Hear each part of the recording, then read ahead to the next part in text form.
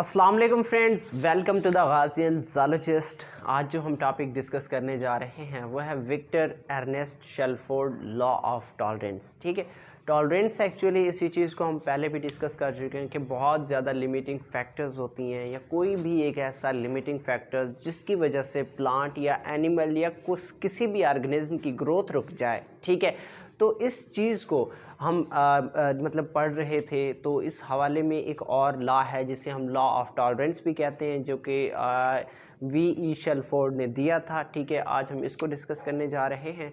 तो अब अगर आप लोग गाज़ियन ज़ूलॉजिस्ट पे नए हैं तो इसको सब्सक्राइब लाजमी करना है। ठीक है, तो चलते हैं अपने टॉपिक की तरफ। देखो जो शेल्फोर्ड है उन्होंने कहा था कि अगर कोई ऑर्गेनिज्म है तो वो ऑर्गेनिज्म एक्चुअली उसको मतलब मुख्तलिफ़ किस्म के फैक्टर्स से गुज़रना पड़ता है। ठीक है, और organism growth can be limited, organism growth end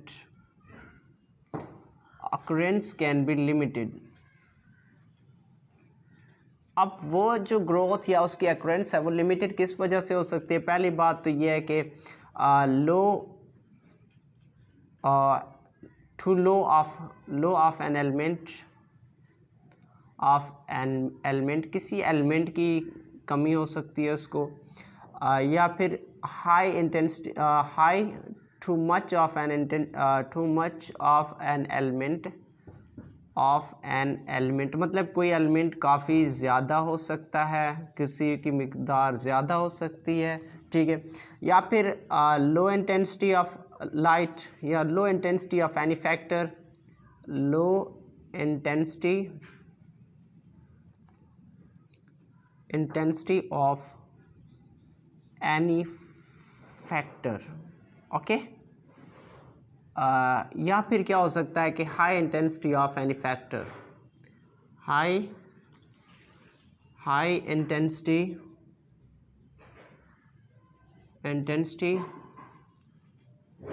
of any factor. अब यही बात है कि ऑर्गेनिज्म की जो ग्रोथ है, ठीक है, या फिर उसकी जो अक्रेंस है उसकी मतलब कहीं पाया जाता है तो उसकी ये चीज़ें किस पे इफ़ेक्ट होती हैं, या हो सकता है कि वहाँ कोई ऐसा फैक्टर हो जिसकी कमी या ज़्यादती की वजह से उसकी ग्रोथ रुक रही है, या फिर हो सकता है कि किसी न्यूट्रिएंट की, किसी एलिमेंट की कमी हो या किसी एलिमेंट की ज़्यादती हो जिसकी बेस पे उसकी ग्रोथ क्या हो रही है या उसकी अक्रेंस क्या हो रही है, इफ़ेक्ट हो रही है। मिसाल के तौर पर हम बात करते हैं कार्बन डाइऑक्साइड की। ठीक है, देखो जो कार्बन डाइऑक्साइड है, आपको पता है कि carbon dioxide is necessary for plant growth. Carbon dioxide is necessary for plant growth. Okay, अब ये जो कार्बन डाइऑक्साइड है, ठीक है, अगर हम इसकी साइज़ को मतलब कार्बन डाइऑक्साइड इसमें ज़्यादा करेंगे, इंक्रीज़, ठीक है, तब plant growth will also increase. Plant growth will also increase. लेकिन ये जो इंक्रीज़ है, ठीक है, या फिर कार्बन डाइऑक्साइड की कंसंट्रेशन अगर हम मज़ीद बढ़ा दें तब वो उस प्लांट के लिए टॉक्सिक हो सकता है। इसी तरह से अगर हम बात करें आर्सेनिक की, ठीक है, आर्सेनिक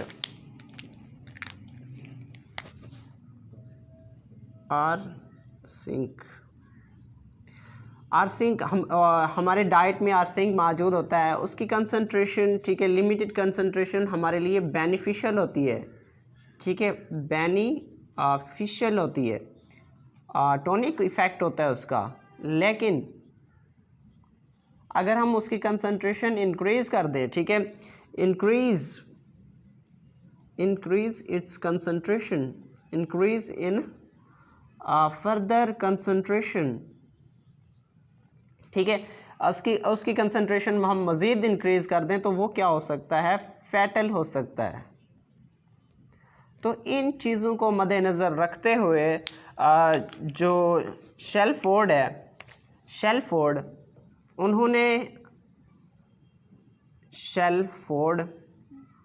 उन्होंने 1913 में जब मुस्लिम लीग बना था, सॉरी कैदी आज़म ने मुस्लिम लीग में शमूलियत इख्तियार की थी, ठीक है, तब उन्होंने मतलब ऐसे समझो कि एक आइडिया पेश किया था। उस आइडिया के मुताबिक उसने बोला था कि जो फैक्टर्स होती हैं कि factors can be limited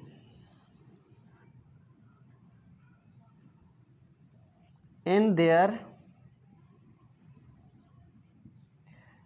maximum and as well as minimum quantities। I hope यहाँ नज़र आ रहा होगा आप लोगों को, ठीक है। मिनिमम क्वांटिटीज़ कि जो वो फैक्टर्स होती हैं, ठीक है, वो इफ़ेक्ट करते हैं, ठीक है, प्लांट की ग्रोथ पे। हो जब वो मैक्सिमम होते हैं तब भी इफ़ेक्ट करते हैं, जब वो मिनिमम होते हैं तब भी वो प्लांट की ग्रोथ को इफ़ेक्ट करते हैं, ठीक है। तो अगर हम इसकी एक प्रॉपर डिफिनीशन की बात करें, ठीक है, तो वो ये है कि each ecological factor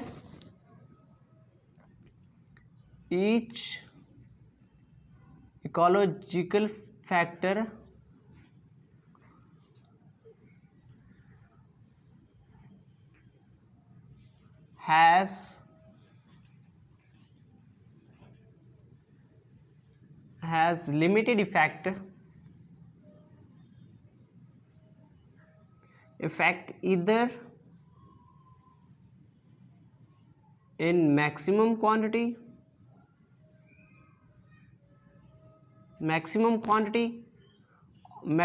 or minimum quantity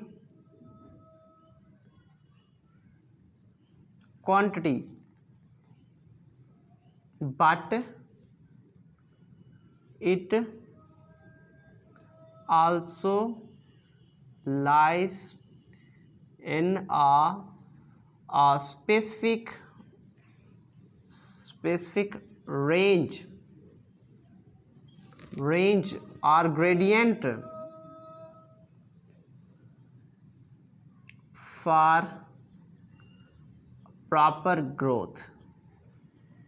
अब इसका मतलब ये है कि अगर जो फैक्टर्स होती हैं वो उनकी ग्रोथ है वो लिमिटेड हो सकती है, मैक्सिमम जब क्वांटिटी किसी भी चीज़ की मैक्सिमम क्वांटिटी होगी या मिनिमम क्वांटिटी होगी, लेकिन अगर उसकी क्वांटिटी प्रॉपर है तब उसकी ग्रोथ क्या होगी, प्रॉपर हो जाएगी, उसकी ग्रोथ क्या होगी, एक रेगुलर हो जाएगी, ठीक है। जब किसी भी कंसंट्रेशन कोई भी मिकदार लिमिटेड है, ठीक है, मतलब एक प्रॉपरली मौजूद है, तब उसकी ग्रोथ क्या होगी, रेगुलरली कॉन्सिक्वेंटली वो जारी रहेगी, ठीक है। तो देखो अगर हम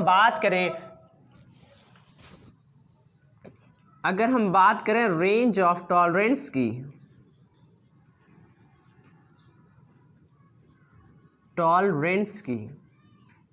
तो देखिए ये ग्राफ है।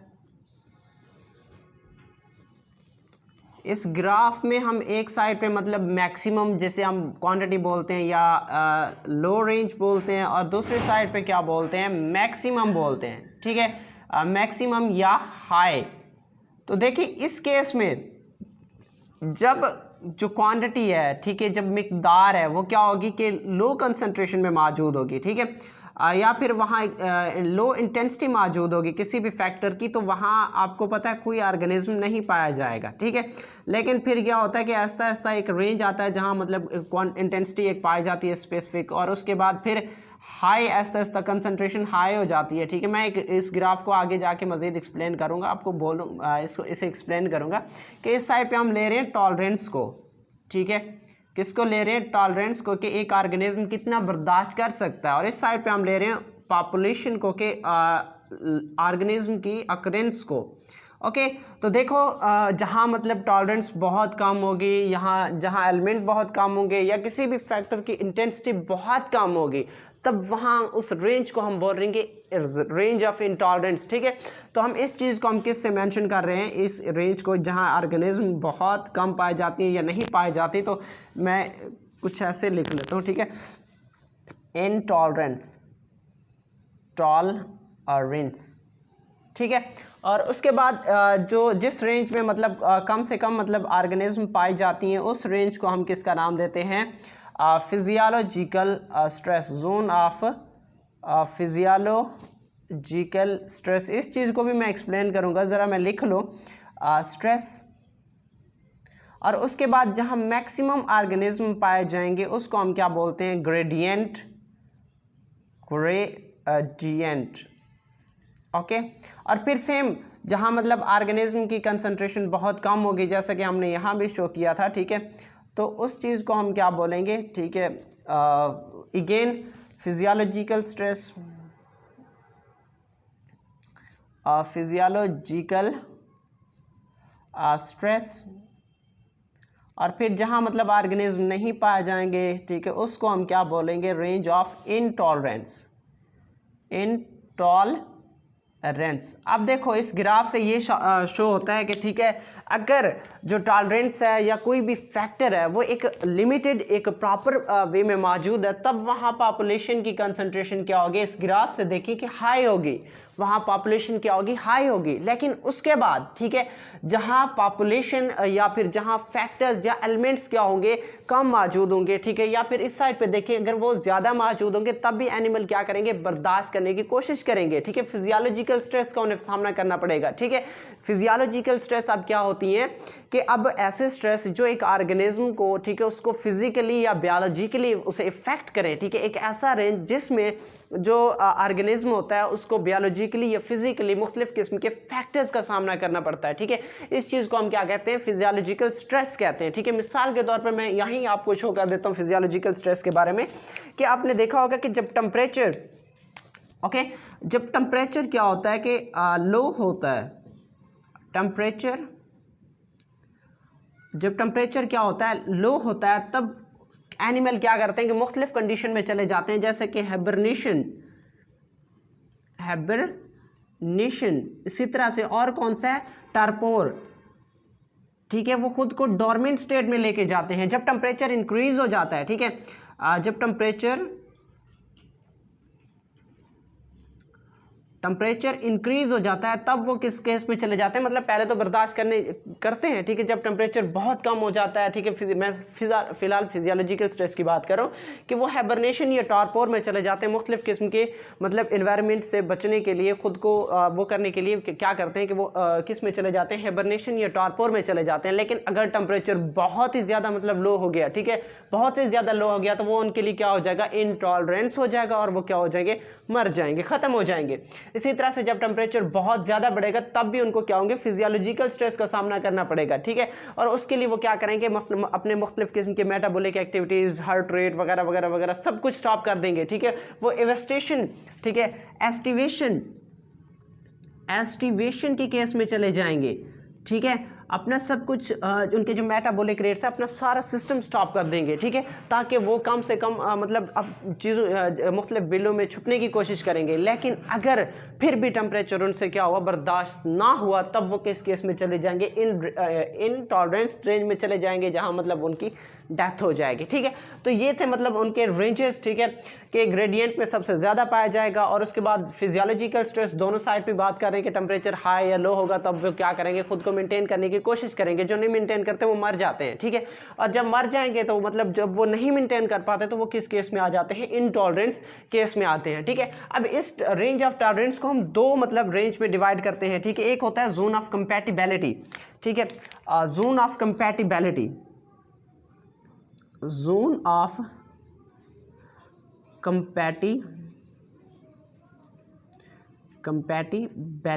अब जोन ऑफ जो कंपैटिबिलिटी होता है इसके मुताबिक मतलब वो जो लो और हाई टॉलरेंस रेंज के दरमियान में जो एक ग्रेडियंट होता है, ठीक है, उसको हम बोलते हैं जोन ऑफ कंपैटिबिलिटी, ठीक है। ये क्या होता है कि एक ग्रेडियंट होता है, ठीक है,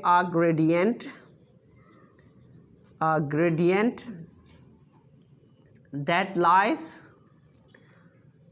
lies between कौन सा है, लो एंड हाई टॉलरेंस, या upper and lower higher tolerance भी आप बोल सकते हैं, ठीक है, lower and higher tolerance. Okay, इस जोन ऑफ कंपैटिबिलिटी को हम जोन ऑफ टॉलरेंस भी कहते हैं। ठीक है, चलो मैं यहाँ नेम भी लिख देता हूँ कि इस चीज़ को हम क्या कहते हैं, जोन ऑफ टॉलरेंस भी कहते हैं, जोन ऑफ, 3-4 नाम है, जोन ऑफ टॉलरेंस भी कहते हैं, जोन ऑफ या बायोकेनेटिक जोन भी कहते हैं, मतलब ऐसा है जहाँ लिविंग ऑर्गेनिज्म पाई जाती हैं, बायोकेनेटिक जोन भी कहते हैं। ठीक है, इसी तरह से जोन ऑफ कैपेसिटी एडाप्टेशन भी बोलते हैं। ठीक है, और नेक्स्ट होता है लीथल जोन। लीथल जोन, अब जो लीथल जोन होता है, लीथल जोन एक ऐसा जोन है मतलब जहाँ कोई लिविंग ऑर्गेनिज्म पाई जाती है। ठीक है, जोन वेयर, ये जो जोन ऑफ कंपैटिबिलिटी है, ठीक है, वेयर जोन ऑफ, मैं जोन ऑफ टॉलरेंस लिख रहा हूँ। ठीक है, zone of tolerance ends up, zone of tolerance ends up. ठीक है, एंड्स अप, उस जोन को हम क्या कहते हैं, जोन ऑफ लीथल जोन कहते हैं, या फिर हम उसे किसका नाम देते हैं, जोन ऑफ रेजिस्टेंस का नाम देते हैं, या फिर हम क्या बोलते हैं, zone of intolerance. Zone of intolerance वो होता है जिसमें जो जोन ऑफ कंपैटिबिलिटी है वो ख़त्म हो जाता है, जहाँ लिविंग ऑर्गेनिज्म के जो चांसेस हैं वो ख़त्म हो जाते हैं, तब वहाँ मतलब कुछ भी नहीं पाया जाता, उसको हम क्या बोलेंगे, जोन ऑफ इनटॉलरेंस। ठीक है, बाकी ये जो फिजियोलॉजिकल स्ट्रेस है वो जोन ऑफ कंपैटिबिलिटी में आ रहा है, लेकिन उसमें स्ट्रेस बहुत ज़्यादा है, ऑर्गेनिज्म पे स्ट्रेस है, अगर वो ऑर्गेनिज्म उस स्ट्रेस को बर्दाश्त कर रहे हैं तो वो वहाँ रहेगा, नहीं तो उसके बाद वो मर ही जाएगा। ठीक है, तो लेकिन जहाँ सबसे ज़्यादा कंसंट्रेशन पाई जाती है वो किस में पाई जाती है, ग्रेडियंट में पाई जाती है, कि अपर और लोअर जो टॉलरेंस है उसके दरमियान में एक रेंज पाई जाती है, सेंटर में एक रीजन जो एक मतलब रीजन पाई जाती है, एक मिडिल सेक्टर में, उसको हम क्या बोलते हैं, जोन ऑफ ग्रेडियंट बोलते हैं। देखो, अब इस बेस पे मुख्तलिफ ऑर्गेनिज्म होते हैं, हमने उनको मुख्तलिफ मतलब इनके टॉलरेंस की बेस पे हमने उन्हें मुख्तलिफ हिस्सों में उसमें डिवाइड किया है। ठीक है, टॉलरेंस की बेस पे मिसाल के तौर पर हम बोलते हैं स्टिनोहेलाइन या यूरी, ठीक है, यूरी हेलाइन, तो यूरी थर्मल, तो ये ऐसे होते हैं कि जो मतलब टेम्परेचर की बेस पे इनको डिवाइड किया गया। मिसाल के तौर पर ये जो स्टिनो है, ठीक है, मैं यहाँ इसको शो कर देता हूँ, ये जो स्टिनो हम स्टिनो हेलाइन का नाम देते हैं। ठीक है, स्टिनो हेलाइन, एक्चुअली ये जो लव स्टिनो होता है कि ये नैरो रेंज ऑफ टेम्परेचर को बर्दाश्त करते हैं, मतलब टेम्परेचर बर्दाश्त ही नहीं करते, मतलब टेम्परेचर या कोई भी फैक्टर है उसे वो बर्दाश्त नहीं कर सकते। ठीक है, मिसाल के तौर पर आप नैरो रेंज ऑफ मतलब टेम्परेचर या फैक्टर को बर्दाश्त कर सकते हैं। मिसाल के तौर पर आप किसकी बात करें, हैडॉग की बात करें, या फिर आप गोल्ड फिश की बात कर लें। अब मतलब इनके इन्वायरमेंट में थोड़ा सा भी सैलिनिटी आएगी तो वो उसे बर्दाश्त नहीं करेंगे। ठीक है, और डेड हो जाएंगे। इसी तरह से अगर हम यूरी थर्मल की बात करें तो यूरी थर्मल, आई होप यहाँ से आपको नज़र आ रहा होगा, यूरी थर्मल। ठीक है, तो यूरी थर्मल में हम किसको लेते हैं, ठीक है, मिसाल के तौर पर आप ग्रीन क्रैब की बात करें, ग्रीन क्रैब, या फिर आप बात करें ईल्स की बात करें, ठीक है, या फिर किसकी बात करें, हीरिंग की बात करें। ठीक है, तो ये, या फिर आप सैल्मोन की बात करें, तो ये अब ऐसे एनिमल्स होते हैं कि ये अगर इनके टेम्परेचर में थोड़ी सी तब्दीली आ जाए तो वो उसे बर्दाश्त कर सकते हैं। ठीक है, वाइड रेंज ऑफ टेम्परेचर को बर्दाश्त कर सकते हैं। ठीक है, अब देखो, अगर कोई ऑर्गेनिज्म है वो एक चीज़ को बर्दाश्त कर रहा है तो ठीक है, एक चीज़ की कसरत पाई जाती है तो दूसरी चीज़ की उसमें कमी होगी। ठीक है, लेकिन कुछ ऐसे भी एनिमल होते हैं कि वो क्या करते हैं कि दोनों रेंज ऑफ टेम्परेचर को बर्दाश्त करते हैं। मिसाल के तौर पर आप किसकी बात करें, हमने लैम्प्रेज को डिस्कस किया था, या हैग फिशेस को मेरे ख्याल से हमने डिस्कस किया था कि वो ब्रीडिंग के लिए क्या करते हैं कि वन कंडीशन से, वन एनवायरनमेंट से वो दूसरे एनवायरनमेंट में चले जाते हैं, कि वो मेराइन एनवायरनमेंट में रहते हैं, लेकिन ब्रीडिंग के लिए वो किस में चले जाएंगे, फ्रेश वाटर फिशेस में, फ्रेश वाटर एनवायरनमेंट में चले जाएंगे। ठीक है, तो कुछ एनिमल क्या होते हैं कि दोनों रेंज ऑफ टेम्परेचर को बर्दाश्त कर सकते हैं। ठीक है, तो ये था हमारा शेलफोर्ड लॉ ऑफ टॉलरेंस, जिसमें हमने बोला है कि एक ऑर्गेनिज्म की ग्रोथ पे दो चीज़ें इफेक्ट करती हैं, एक तो उसकी मैक्सिमम क्वांटिटी में हो सकता है हो, या फिर उसकी मिनिमम क्वांटिटी में हो सकता हो। ठीक है, फिर हमने किसको डिस्कस किया कि जोन ऑफ टॉलरेंस को डिस्कस किया, कि जोन ऑफ टॉलरेंस दो किस्म की होती है, एक होता है लो टॉलरेंस और दूसरा क्या होता है, हायर टॉलरेंस, और इसके दरमियान में एक ग्रेडियंट होता है। ठीक है, जिस पे पॉपुलेशन, जिसमें ऑर्गेनिज्म बहुत ज़्यादा पाए जाएंगे। ठीक है, और इसी हवाले से हमने बात की है कि जोन ऑफ टॉलरेंस की दो टाइप्स होते हैं, एक होता है जोन ऑफ कंपैटिबिलिटी, दूसरा होता है लीथल जोन। ठीक है, अब उसके बाद हमने बात की कि ये जो हम ऑर्गेनिज्म को नाम देते हैं उनके टॉलरेंस की बेस पे देते हैं कि ये स्टिनो होते हैं या ये यूरी होते हैं, स्टिनो तीनों का मतलब हमने ये बोला है कि वो नैरो रेंज ऑफ टेम्परेचर या नैरो रेंज ऑफ टॉलरेंस होती हैं, ठीक है, इनमें टॉलरेंस होती है। और यूरिक की हमने बात की कि इनमें हायर रेंज ऑफ टॉलरेंस होती है, ठीक है। तो इंशाल्लाह मिलते हैं नेक्स्ट वीडियो में, तब तक इजाज़त चाहता हूँ। ओके, अल्लाह हाफिज़।